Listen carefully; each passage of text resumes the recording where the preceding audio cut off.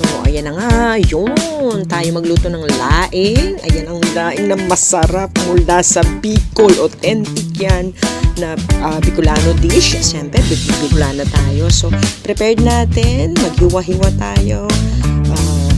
I-ready natin ang ating mga rekado. Ang una natin gagawin, so ayan, nagpakulo tayo. So, gamitin natin yung pork broth natin. Lagyan na natin ng gata, samahan natin kasi wala tayong pangalawang gata, diba? So, ayan ang gawin natin.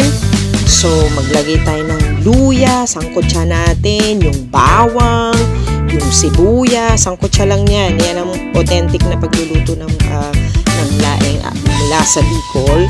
So, pakuluin lang natin yan. Pagkatapos, pakuluan ng pakuluan. Tapos, ilagay natin yung baboy na pinakulo natin, na panglahok natin. So, ayan. Haluin lang natin. And pakuluan lang natin uli. Pag pakulo na siya, lagyan lang natin ng asukal kasi nga yung gatang ginamit natin is hindi siya fresh. So, para may touch siya ng matamis, lagyan natin ng asin.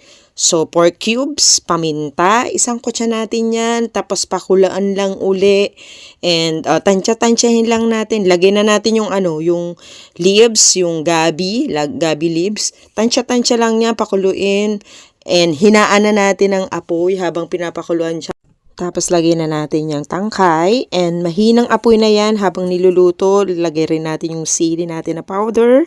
And mahinang apoy na lang yan. Matatapos na yan, in-in na lang.